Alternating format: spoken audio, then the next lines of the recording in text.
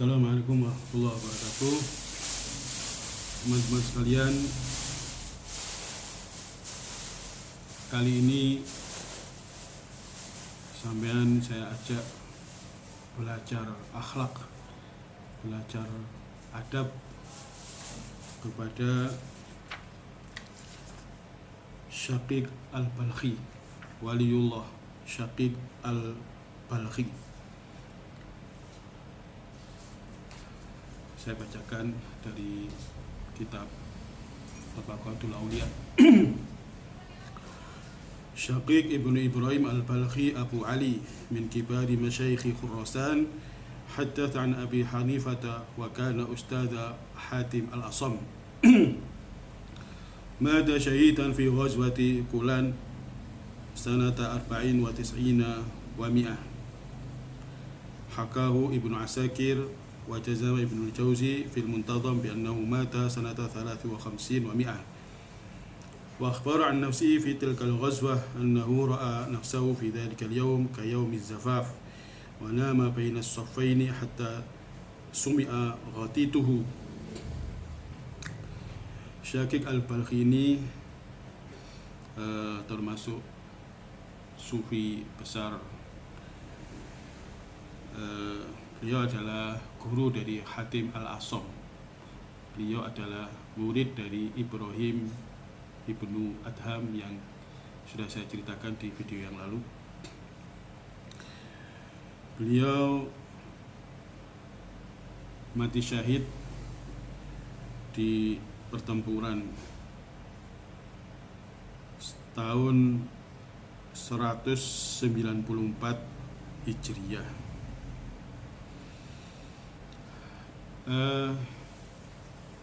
Murid dari beliau Hatim al-Asam itu menceritakan pada saat pertempuran di mana Syaqiq al-Balkhi ini syahid, itu Hatim al-Asam itu menceritakan bahwa ketika perang itu berkecamuk, kemudian banyak kepala yang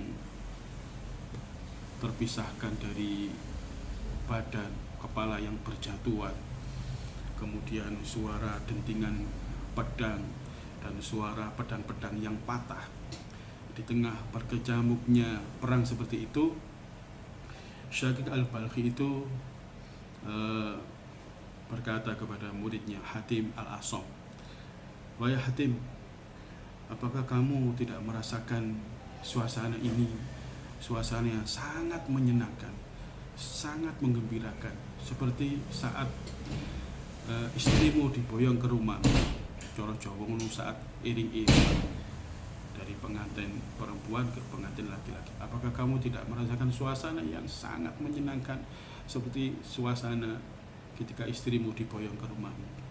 Kata Hatim al-Asam, "Wallahi la, demi Allah, tidak.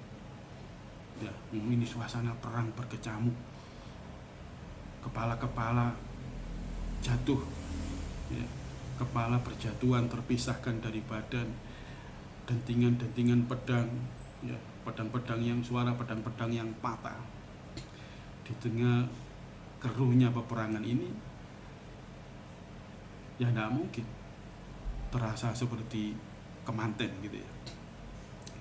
Tapi Syaqiq al-Balkhi mengatakan, "Wallahi, demi Allah, saya merasakan suasana ini seperti ketika saya, ya, jadi pengantin. Suasana ini saya rasakan seperti ketika istri saya diboyong ke rumah saya." Nah ini kan, ya, aneh gitu ya. Bahkan saking tenangnya suasana batin Syaqiq al-Balkhi itu, sampai beliau itu tertidur, ya. Sampai beliau itu mendengkur, ya. Saking apa ya jenenge iku, saking angklere sarine iki mau. Nah, maka dari kisah ini kita bisa menggambarkan betapa Waliullah Syaqiq al-Balkhi itu tidak terpengaruh oleh keadaan, ya. musyahadahnya kepada Allah itu benar-benar musyahadah yang sempurna, sehingga beliau itu tidak merasakan suasana yang nyata di depannya, itu beliau tidak merasakan. Bahkan beliau merasakan itu suasana seperti ketika beliau menjadi pengantin. Ini maknanya apa? Beliau itu berserah dirinya kepada Allah itu benar-benar sempurna.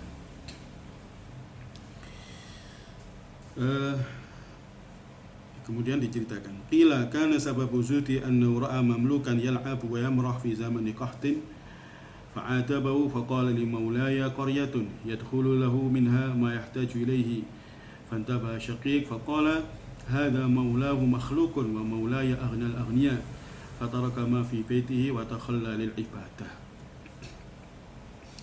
Diceritakan awal mula Syaqiq al-Balkhi ini masuk ke dalam suluk, ya, masuk menjadi seorang salik. Diceritakan bahwa suatu ketika beliau itu melihat ada budak, ya, hamba saya itu guyon, bersenang-senang, guyon. Padahal pada saat itu adalah saat paceklik, saat sulit makanan. Nah, di saat paceklik itu kan umumnya orang itu kan prihatin. Tetapi ini hamba saya ini, budak ini guyon nih. Maka Syaqiq ini marah. Terus orang jadi tegur, kamu itu sudah ngerti zaman paceklik, orang lagi prihatin, kamu kok bersenang-senang, kamu kok guyon-guyon. Maka hamba saya itu menjawab, gitu.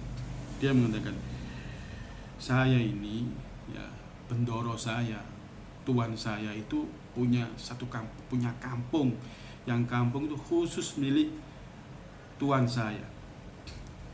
Nah, di dalam kampung itu ada apa saja yang beliau butuhkan, beliau tinggal masuk, tinggal bawa.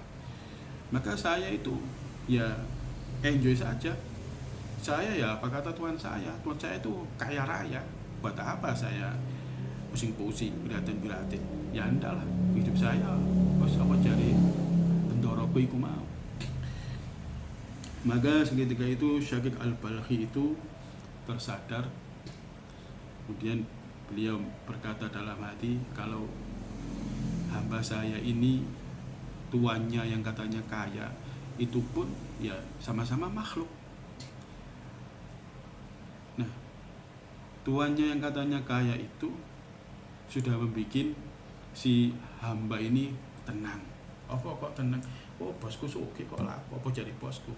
Nah, padahal bosnya adalah seorang makhluk. Lah, apa mana aku? Pangeranku Gusti Allah Maha Suci. Pangeranku Gusti Allah Maha Suci. Nek kapan hamba saya iki duwe bos sugih, wong sing atase sak kampunge wis tentrem atine. Lah aku pangeranku Gusti Allah Maha Kaya. Lah apa kok dan aku gak tentrem. Maka seketika itu beliau meninggalkan apa yang ada di rumahnya, maksudnya beliau meninggalkan segala macam keduniawian, kemudian beliau menjadi seorang salik, ya, beribadah, berriyadhah. Kemudian apa ujangan Syaqiq al-Balkhi? Wa min kalami at-tawakkulu tuma'ninatul qalbi li mau'udillah. Beliau mendefinisikan tawakal. Ya, tawakal itu kalau di dalam kitab-kitab tasawuf itu ada banyak definisi, dan masing-masing wali itu mendefinisikan sesuai dengan apa yang beliau rasa. Karena tawakal itu bukan teori. Ilmu nahwu itu teori, semuanya sama. Sing mutada itu ya isim sing diwaca rafa yang jatuh di awal jumlah itu mutada. Fa'il itu isim sing diwaca rafa yang jatuh setelah fa'il. Nah, itu ilmu nahwu, ilmu teori. Tapi tawakal ini adalah rasa. Maka setiap wali itu mendefinisikan tawakal itu berbeda-beda. Maka Syaqiq al-Balkhi ini mendefinisikan tawakal, at-tawakkul tuma'ninatul qalbi li mau'udillah. Tawakal itu adalah ketenangan hati atas janji Allah. Tawakal adalah ketenangan hati atas janji Allah, baik janji dunia ataupun janji di akhirat. Janji di dunia apa? Ya banyak, diantaranya soal rezeki. Wa ma min dabbatin fil ardi illa 'ala Allahi rizquha. Ada lagi wa ka'ayyim min dabbatin la tahmilu rizqaha Allah yarzuquha wa iyyakum wa huwas samiul alim. Artinya banyak sekali di dunia ini binatang-binatang yang dia tidak bisa mencari rezekinya sendiri, tapi Allah berikan rezeki itu. Contohnya apa? Nah, contohnya kalau monggo itu ya, laba-laba itu dia tidak bisa mencari rezeki. Dia hanya membuat sarang laba-laba itu dan dia berdiam di situ. Laba-laba itu tidak bisa terbang, tapi rezekinya adalah sesuatu yang terbang. Nek suayai maka plek nemplek di pangan. Wis iku rezeki. Cecek itu ya. Cecek cicak itu ya. Itu tidak bisa terbang. Dia hanya nempel saja di tembok itu. Tapi rezekinya adalah nyamuk. Nyamuk itu sesuatu yang terbang, binatang yang terbang. Terus gak ketemu akal. Bagaimana binatang sing tidak bisa terbang, rezekinya adalah binatang yang terbang, gak masuk akal. Nah itu, maka ayat minta batilah tahmil rizqa Allah yarzuqa wa iyyakum wa wasamiul alim. Itu janji Allah. Maka yang dinamakan tawakal itu tentrem, mantap, yakin atas janji Allah, baik janji dunia dan akhirat. Akhirat apa? Akhirat yang swarga bagi yang taat, itu janji Allah. Neraka bagi yang maksiat, jika tidak diampuni, itu ancaman Allah. Maka yang namanya tawakal itu adalah tenang, tentrem, yakin, mantap atas janji Allah untuk hamba kepada hambanya, baik janji urusan dunia maupun urusan akhirat. Itu tawakal. Ada yang mengartikan tawakal itu adalah tidak menyimpan untuk besok. Tidak menyimpan untuk besok. Pokoknya itu kau saiki, dindakno saiki. Wis teko piro dindakno saiki. Itu definisi tawakal menurut sebagian wali ya. Tidak menyimpan untuk besok. Aku balik eling ya. Buya Mas Muhajir. Beliau ini ya alumni tentu tahu ya. Beliau ini istrinya banyak ya, putra putrinya juga banyak, cucunya juga sangat banyak. Beliau itu tidak pernah menyimpan untuk hari esok. Apa yang datang hari ini beliau apa itu? Beliau bagikan hari itu juga. Bahkan saya ini termasuk yang sering disuruh membagi-bagikan uang itu. Sana kemari, ke sana kemari. Nah, itu juga yang dilakukan oleh Siti Aisyah. Siti Aisyah itu pernah mendapatkan 12.000 dinar dari Muawiyah bin Abi Sufyan. 12.000 dinar itu kalau satu dinar itu 3 gram emas. Nek satu emas itu 1 juta ya, berarti berapa itu? 1 dinar berarti 3 juta. 3 juta kali 12.000 itu berapa miliar itu. Nah itu ketika datang kepada Siti Aisyah, oleh Siti Aisyah dibagikan semua sudah. Wis sampai gak nyimpen belas. Dulu ya Mas Muhajir seperti itu. Ini masuk dalam satu definisi tawakal, bahwa tawakal itu gak nyimpen untuk hari esok. Yang sekarang ya dihabiskan sekarang, bukan untuk foya-foya, bukan ya untuk dirinya sendiri secukupnya, kemudian dibagikan. Menimbuh urusannya Allah, ini tawakal. Tapi jangan coba-coba meniru ya. Kalau bukan tingkatannya, yo menyesal. pas butuh waduh rek meni sak mau sakjane wingi sakjane aja tak kekno wong saiki aku lak duwe. Nah itu karena bukan tingkatannya seperti itu. Seperti Abu Bakar itu dalam satu peristiwa ketika Kanjeng Nabi akan melakukan perjalanan perang, kalau tidak salah perang Tabuk, itu membutuhkan keperluan logistik, maka sahabat menyumbang, termasuk Abu Bakar. Sayyidina Abu Bakar itu apa yang beliau punya itu semuanya diberikan untuk fisabilillah. Maka Rasulullah bertanya kepada Sayyidina Abu Bakar, apa yang engkau tinggalkan untuk keluarga kamu, wahai Abu Bakar? Abu Bakar menjawab, taraktu lahumullaha wa rasulah. Taraktu lahumullaha wa rasulah. Aku tinggalkan untuk mereka Allah dan Rasulnya. Ya. Kita tidak bisa meniru ini. Ya. Tapi setidaknya kita tahu seperti itu tawakalnya orang-orang soleh. Maka kita diperintah oleh Allah untuk mendoakan. Walladzina ja'u min ba'dihim yaquluna rabbana ighfir lana wa li ikhwanina alladzina sabaquna bil iman. Ini Allah memerintahkan kita untuk mendoakan pendahulu-pendahulu kita. Kita memang tidak bisa seperti mereka, setidaknya dengan mengetahui sejarah mereka, mengetahui akhlak mereka, menjadi kita semakin cinta kepada mereka. Kemudian di antara wejangan beliau, ya, man syaka musibatan nazalat bihi ila ghairillah lam yajid fi qalbihi halawatan li ta'atillah. Man syaka musibatan nazalat bihi ila ghairillah lam yajid fi qalbihi halawatan li ta'atillah abadan.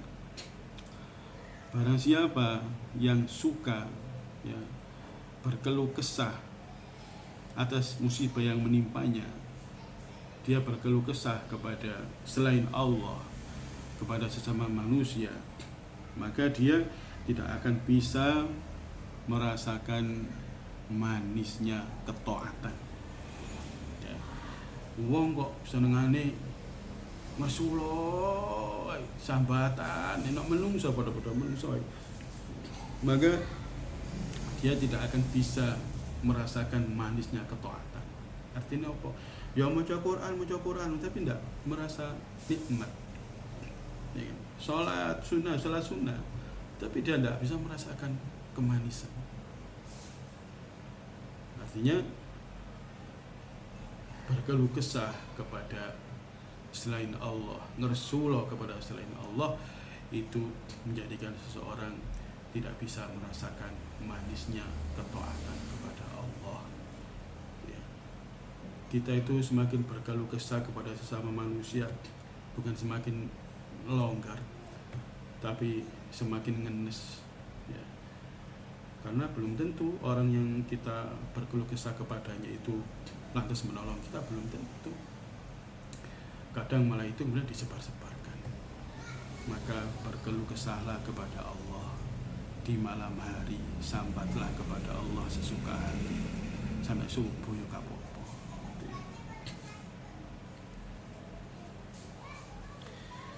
Wa minhu idza aradta an takuna fi rahatin fakul ma asabta wal basma wajadta warda bima qadallahu 'alaika.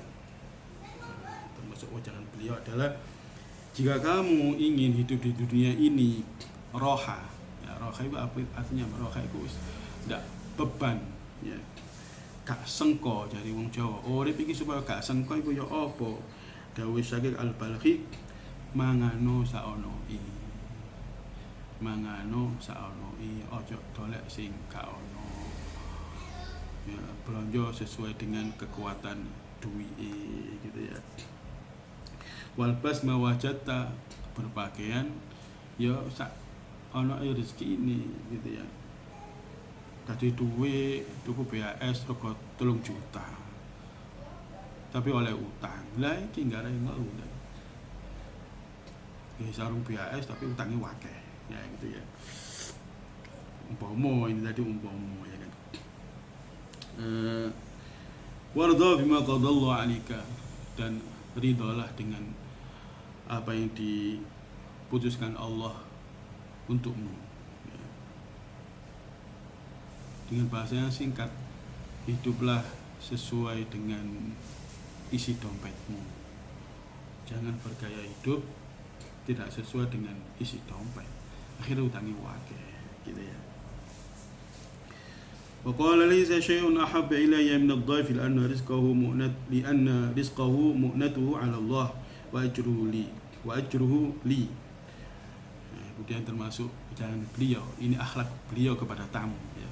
Beliau mengatakan tidak ada sesuatu yang lebih aku sukai melebihi aku nyuguhi tamu. Kenapa? Nyuguhi tamu. Nah, suguhan kepada tamu ini kan rezekinya tamu. Ini kan dari Allah. Allah menitipkan rezeki itu ke sahibul bait, kemudian disuguhkan ke tamu, dimakan. Yaitu kan rezekinya Allah yang menentukan. Rezekinya dari Allah, pahalanya kita yang dapat. Nah, ini pola pikir yang kemudian menjadikan kita itu gak ngerundel ketika tamu, tidak merasa terrepoti. Kalau pola pikirnya seperti ini, kalau pola pikirnya waduh merepoti, kira aku nonton duit mana. Nah, ini karena salah pola pikir. Maka ini adalah akhlak Syaqiq Al-Balkhi kepada tamu beliau. Beliau nyuguhi, beliau tidak merasa keberatan, beliau bahkan senang karena menjadi sebab pahala untuknya.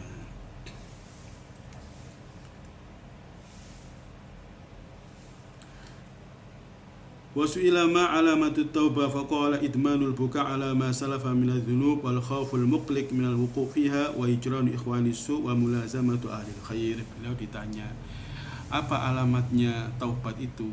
Ya, taubat itu ada alamatnya, ada tandanya. Apa tandanya taubat itu?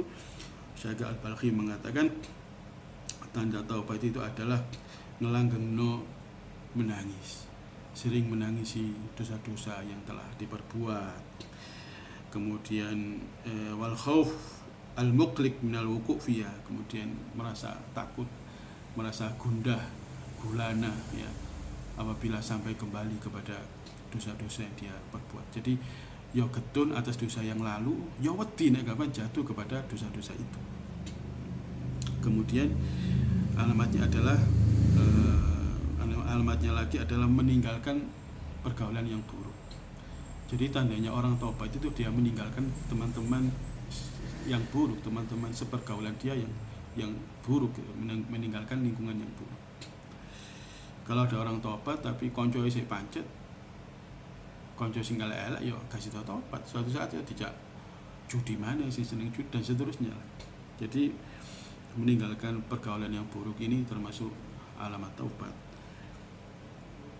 Wa mulazamatu alil khair, termasuk alamat taubat adalah dia kemudian berteman dengan orang-orang yang baik, meninggalkan pertemanan yang buruk.